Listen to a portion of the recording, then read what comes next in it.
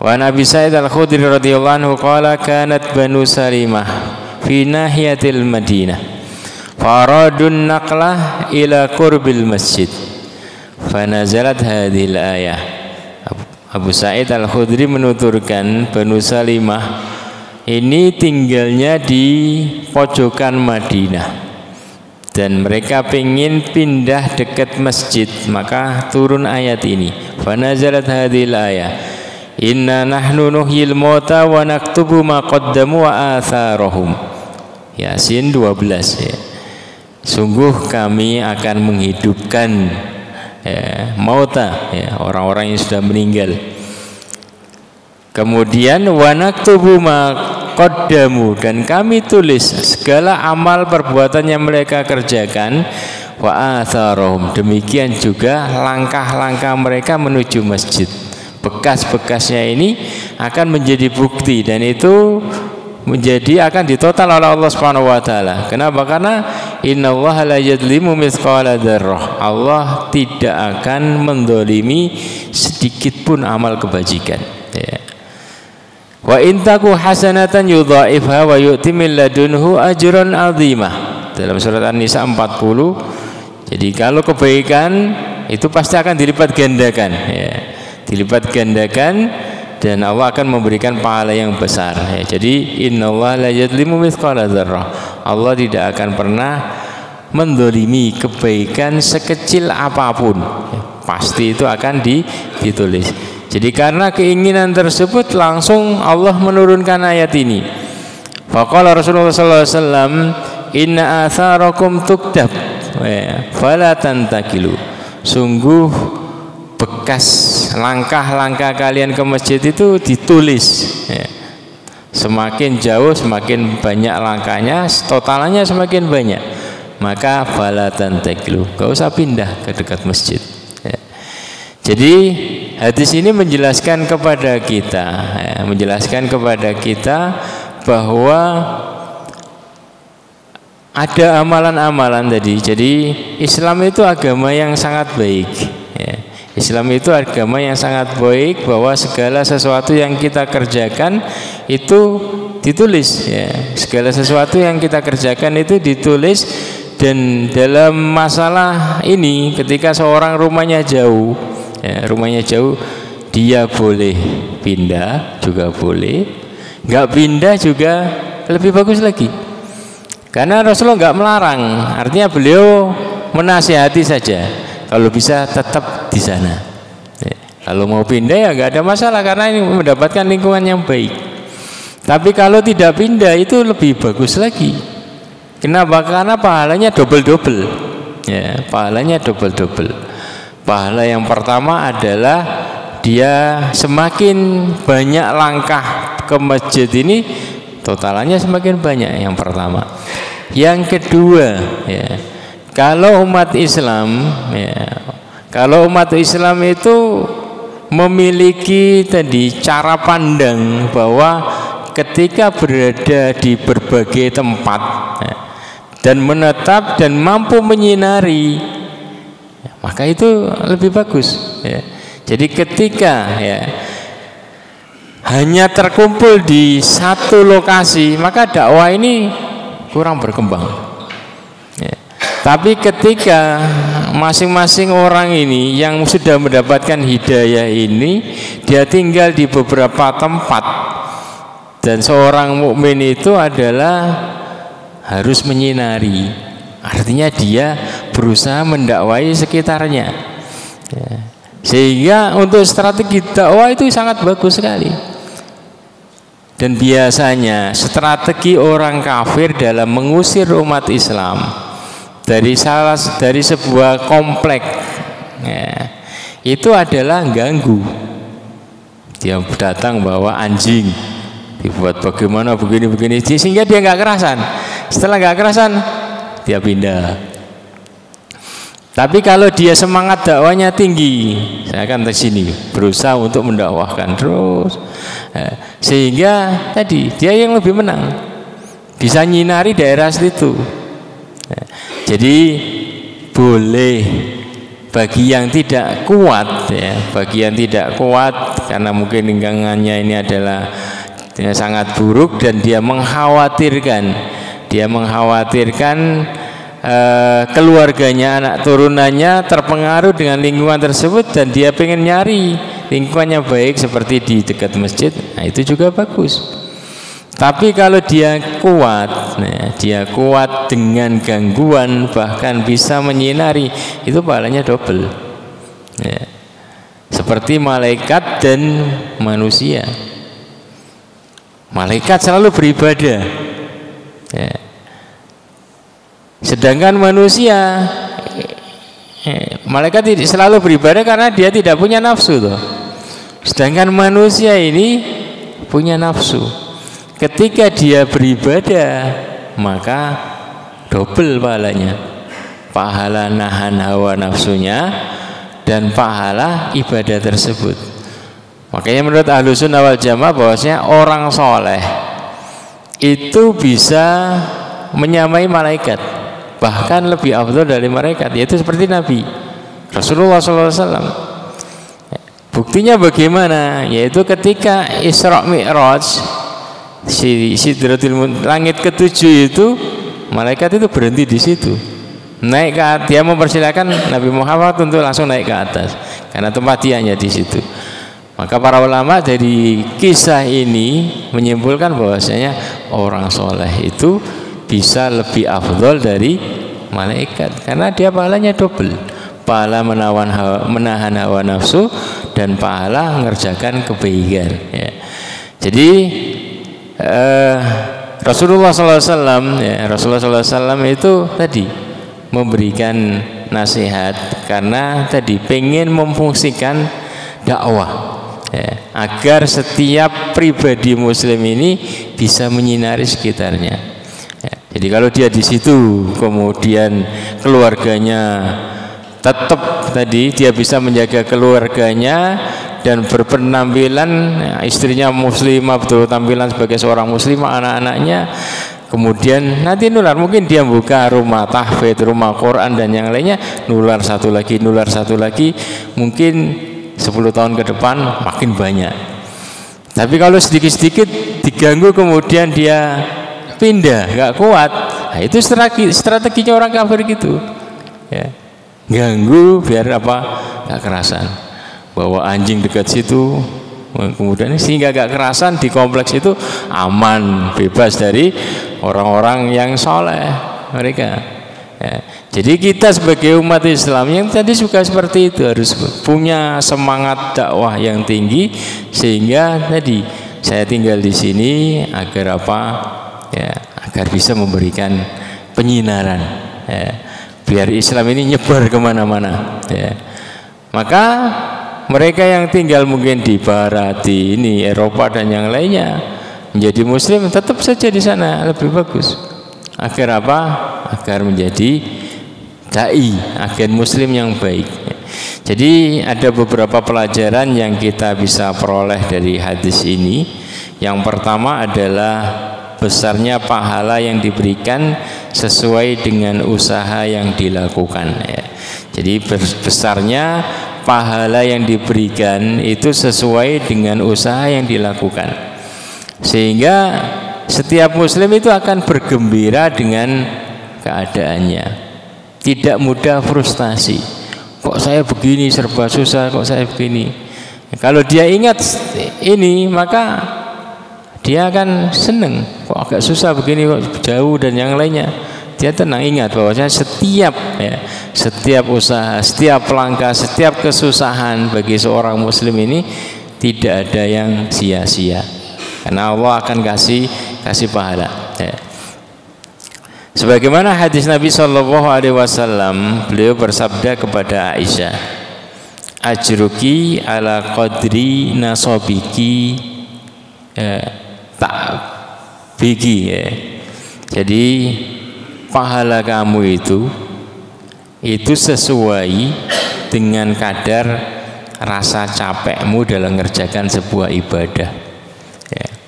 Artinya adanya fasilitas-fasilitas, satu masjid ada fasilitas, ini enggak ada fasilitas ya. Ini tadi ya, mungkin yang ada gangguan masjidnya panas dan yang lainnya, tapi dia bersabar di situ, mungkin dia lebih banyak pahalanya. Kenapa? Karena tadi dia mengerjakan ibadah, kemudian ada kesusahan dalam mengerjakan ibadah tersebut. Ya. Tapi seorang muslim itu dinasihati oleh Rasulullah SAW itu adalah ketika beliau mau memimpin peperangan, maka beliau menasihati, beliau katakan la tatamannau liqa'al adu, jangan berangan-angan ketemu dengan musuh padahal sudah mau ketemu ini ya. Agar apa? Agar bergeraknya bukan karena emosi ya. Jangan berangan-angan ketemu dengan musuh.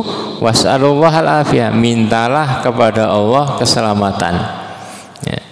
Wa idza laqitumuhum, cuman kalau kalian bertemu dengan musuh, fasbiru, bersabarlah. Fa innal jannata tahta dhilalis suyuf, karena surga itu berada di bawah naungan pedang. Artinya di bawah naungan tadi perjuangan Islam, artinya ada kesusahan dan yang lainnya. Jadi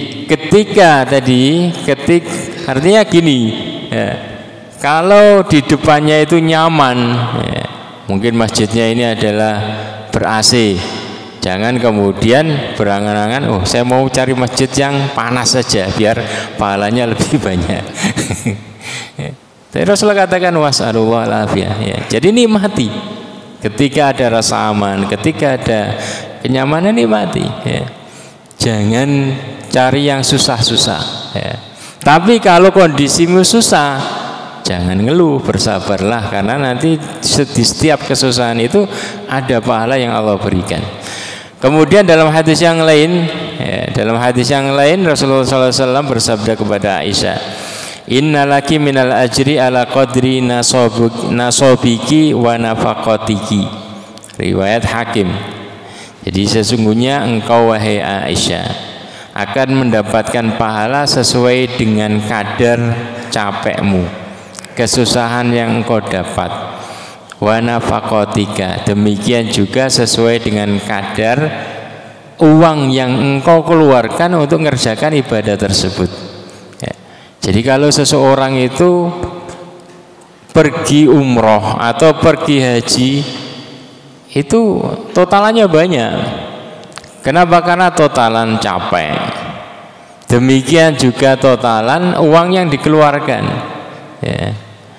Jadi semakin banyak ya semakin besar. Yang penting tadi niatnya betul-betul lillah ya, maka itu akan mendapatkan totalan ya. Kemudian dalam riwayat yang lain Rasulullah SAW juga mengatakan innama ajruki fi umrotiki ala qadri nafaqatiki ya. Sesungguhnya pahala yang akan kau terima itu dalam mengerjakan umroh itu sesuai dengan kadar nafkah uang yang engkau keluarkan ya. Jadi harus diperhatikan ukuran besarnya pahala itu harus dikaitkan dengan dalil. Tidak boleh seperti tadi saya pengen kemudian begini mempersusah diri agar pahalanya semakin banyak. Tapi ini dikembalikan kepada dalil. Seperti waqad yafdulul amal al-qalil ala katsir, karena terkadang amal yang kecil itu pahalanya lebih besar daripada amal yang banyak. Contohnya qasrus shalah afdal minal itmam lil musafir. Jadi seorang musafir itu pahalanya lebih besar dia mengqasar salatnya daripada salatnya dia full kalau sendiri loh ya. Kenapa? Karena Rasulullah SAW selalu mengqasar salat ketika musafir ya. Jadi tidak selalunya yang susah itu lebih besar pahalanya daripada yang tidak susah. Tapi ini dikembalikan kepada dalil ya. Terkadang seperti itu. Kalau kita berada di atas dalil dan kondisi kita ini susah, maka itu yang benar ya. Kemudian contoh yang lain adalah as-salatu marrah fil jamaah afdal min fi'liha wahdahu khamsan wa ishrina marrah. Seorang yang sholat secara berjamaah sekali, ya, itu lebih besar pahalanya daripada dia sholat 25 kali sendirian, ya. Lebih berat mana? Lebih berat 25 kali. Tapi pahalanya lebih besar sekali berjamaah. Kenapa? Karena sesuai dengan dalil. Ya. Jadi demikian juga takhfif rakaatil fajri afdal min tatwiliha. Ngerjakan sholat sunnah fajar dengan ringan, baca hanya qul ya ayyuhal kafirun dan qul huwallahu ahad, ini lebih besar pahalanya daripada dia sholat sunnah fajar baca surat Al-Baqarah. Nah, kenapa? Karena Rasulullah selalu mengerjakan pendek untuk sholat sunnah fajar. Ya. Li'annahul ma'hud min fi'lihi sallallahu alaihi wasallam ghaliban. Karena itu yang selalu dikerjakan Rasulullah sallallahu alaihi wasallam seperti itu. Jadi nggak boleh kemudian ngarang-ngarang sendiri, mempersusah diri. Contohnya dalam hadis Nabi sallallahu alaihi wasallam itu ada seorang namanya Abu Israil. Abu Israil ini bernazar akan berpuasa, tidak berbicara ketika puasa, dan berdiri di terik matahari. Tujuannya apa? Biar pahalanya banyak, ya. Sebagaimana dalam hadis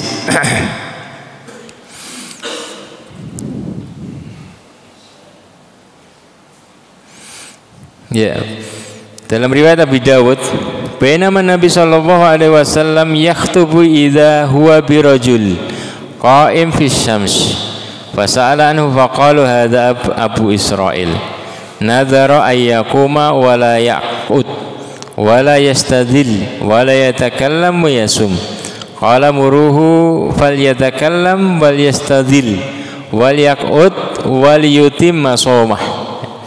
Jadi Rasulullah SAW ketika berkhutbah, beliau melihat ada seorang laki-laki itu dengarkan khutbahnya di luar. Dia di luar di bawah terik matahari, di luar masjid, ya, gak mau ngomong, ya, puasa. Maka beliau bertanya, siapa itu? Ya, kata para sahabat, itu Abu Israil. Dia bernazar tadi itu biar pahala puasanya besar, banyak, maka puasa sambil mempersusah diri, yaitu apa? Puasa sambil berdiri di bawah terik matahari dan gak ngomong, ya. Maka Rasulullah katakan, ya, beliau katakan muruhu falyatakallam, sampaikan kepada dia agar dia tetap berpuasa dan tetap ngomong dan berteduh, ya, berteduh di tempat yang teduh dan duduk dan lanjutkan puasanya. Ya. Jadi segala sesuatu harus dikembalikan kepada dalil. Ini lebih banyak ini dalil. Kenapa? Karena Rasulullah SAW itu lebih memilih, ya, kalau suruh milih maka beliau lebih memilih yang gampang, yang nyaman. Sebagaimana dalam hadis Bukhari Muslim, ma khuyyira Rasulullah SAW baina amrayni qad illa akhadha isarahuma ma lam yakun ithman fa in kana ithman kana ab'adun nas minhu wa man taqama Rasulullah sallallahu alaihi wasallam li nafsi fi syai'in qad illa an tuntahak hurumatullah fayantakim biha lillahi muttafaqun alaih. Tidaklah Rasulullah sallallahu alaihi wasallam ketika suruh milih dua hal, yang dua-duanya ada wahyu, ada perintah dari Allah, illa akhadha isarahuma, maka beliau lebih memilih yang paling ringan, ya, yang paling nyaman. Ya. Malam yakun isman, selama pilihan yang ringan itu tidak berdosa. Fa in kana isman, kalau pilihan yang ringan itu adalah ngandung dosa, maka beliau akan tinggalkan sejauh mungkin. Wa man taqama Rasulullah SAW itu tidak murka untuk dirinya, diganggu dirinya, beliau berusaha tidak murka. Illa antantakim antuntaha, kecuali kalau ada hukum Allah yang dilanggar maka beliau murka, ya. Jadi ini yang kemudian harus kita bawahi. Rasulullah itu orangnya enakan, ya. Kalau ada pilihan ini yang nyaman, ini nggak nyaman, ya ambil yang nyaman. Ya. Jadi agar apa? Karena apa? Kalau seseorang ibadah dengan nyaman, dia lebih istiqomah. Ya, ibadah dengan nyaman itu akan lebih panjang. Tapi kalau ibadah susah, biasanya hanya nggak lama. Kecuali orang ini sudah tangguh, artinya sudah lama melatih dirinya, maka dia bersabar dengan ibadah tersebut. Ya. Apakah ini termasuk antara fasilitas ya, dengan tanpa fasilitas? Contohnya antara berjalan dengan apa? Ke masjid berjalan dengan naik sepeda atau naik mobil. Nah, di sini para ulama berselisih pendapat. Ya, ada yang mengatakan iya, ada yang mengatakan ya, seperti yang mengatakan ya ini adalah beliau yaitu Syekh bin Baz, ya, Syekh bin Baz beliau ketika ditanya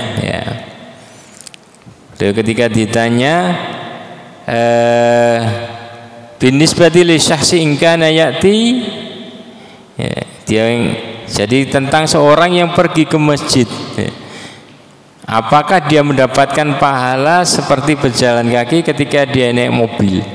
Beliau katakan yurjalahu hadza kulluhu kalmashi, semoga ya, semoga dia juga mendapatkan pahala seperti orang yang berjalan kaki. Kenapa? Karena zahir hadisnya jalan kaki setiap langkah. Tapi bagi mereka yang tadi yang kuat, ya, saya pengen yang jelas, hadisnya sudah jelas ini, maka saya jalan kaki nggak ada masalah. Ya. Yang penting nggak terlambat komat. Ya.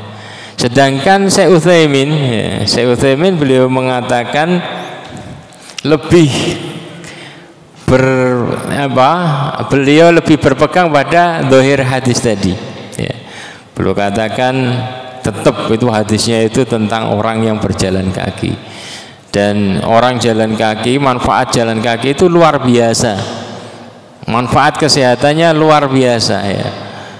Beliau katakan wa ma hadhil fadhilah azima fil masyi ilal masjid min mahwil khotoya wa raf'id darajat wal ajril azim wa nurit tam yaumal qiyamah fa inna hunaka fawaid ukhra azima ta'udu alal badan.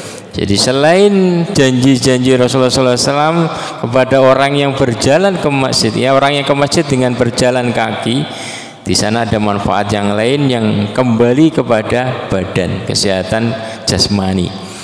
Beliau katakan innal masya ilal masjid huwa riyadhah, ya, bihadidati, karena berjalan itu adalah olahraga yang paling sangat manfaat, ya. Wa fawaidu la tuhsa, manfaatnya luar biasa. Walahu daurun kabir fi taqwiyatil jism, dia punya peran, ya, manfaat untuk menguatkan badan, wa tansyiti biidnillah liyakuna ahlan limuqawamatil amrad wal afat, ya. Dan dia juga bisa ngusir berbagai macam penyakit, ya. Ini bagi yang tadi berpatokan pada sesuai dengan zahir hadis. Kemudian pelajaran yang kedua yang bisa kita peroleh dalam hadis ini adalah bahwa hadis ini menjelaskan kepada kita yaitu anjuran melaksanakan sholat jamaah di masjid meskipun jarak rumah jauh dari masjid, baik berjalan kaki maupun naik kendaraan, yang penting sampai masjid, ya. Sebagaimana beberapa hadis berikut. Yang pertama adalah Nabi Hurairah, anna Nabiya sallallahu alaihi wasallam qala man ghada ila al-masjid aw raha a'addallahu lahu fil jannati nuzulan kullama ghada aw raha, muttafaqun alaih. Abu Hurairah menuturkan bahwa Rasulullah SAW bersabda, barang siapa pergi ke masjid di pagi hari dan di sore hari, maka Allah menyiapkan hidangan bagi dia di surga setiap pagi dan setiap dia pergi ke masjid tersebut, ya.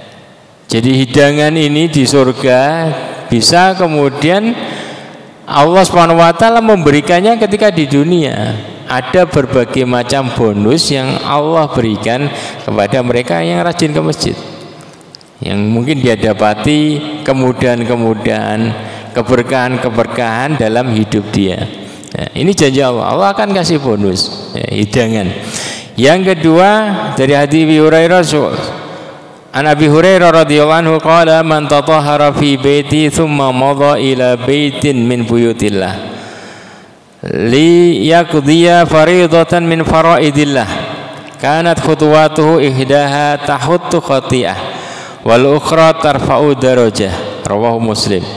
Abu Hurairah menuturkan Rasulullah SAW bersabda, barang siapa yang bersuci berwudu di rumahnya, kemudian dia pergi ke Baitullah, ke masjid untuk mengerjakan sholat wajib, maka setiap langkahnya satu langkah menghapus dosa dan satu langkah menaikkan derajat.